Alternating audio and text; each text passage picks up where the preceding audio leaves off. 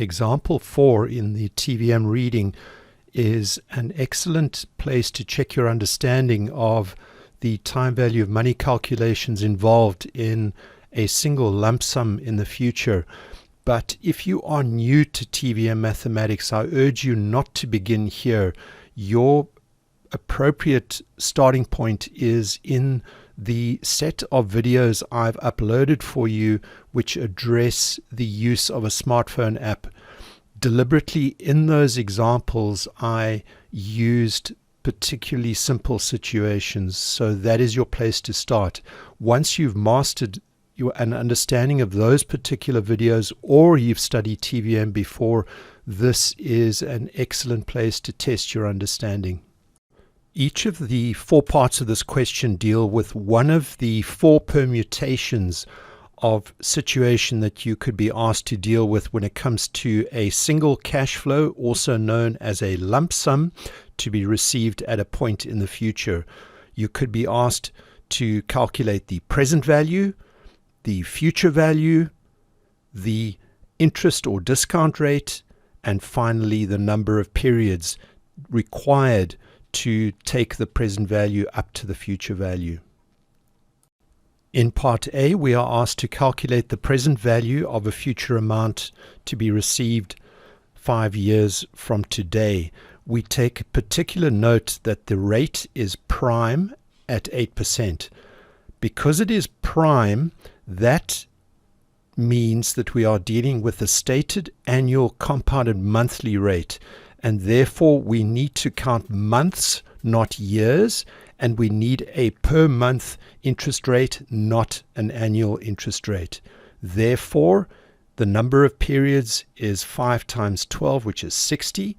The discount rate is 8 divided by 12. The future value is 100,000, and we solve for the present value. Moving on to part B, this time we are going to calculate the future value. The rate this time is BEY, which stands for Bond Equivalent Yield, and it is one of the 2 specially named rates that you need to know about in this course. The BEY is a stated annual compounded semi-annually, which is compounding every 6 months.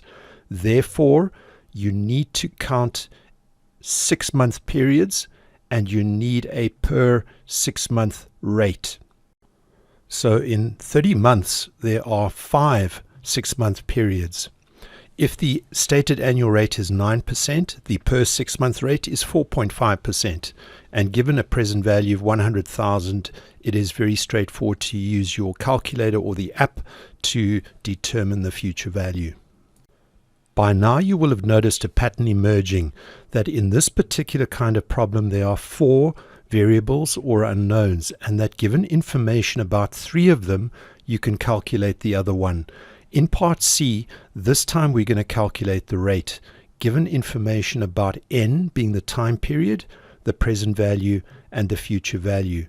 The key thing about part C is that for the first time you are in a situation where you need to be very careful indeed to watch out for the fact that the present value and future value must have opposite signs. It is often convenient to leave present value as a positive and future value as a negative. You can do it the other way around. It doesn't affect the calculator result, but they must have opposite signs or your calculator or app will return an error message. We solve for the rate and then turn attention to the last example, which asks us to calculate the number of periods, in this case days, it will take for one amount to grow to another given a particular rate. What I find quite interesting about this example is that it is a demonstration of a recommendation I've made elsewhere in this course, that you should set your calculator to show 4 places after the decimal point.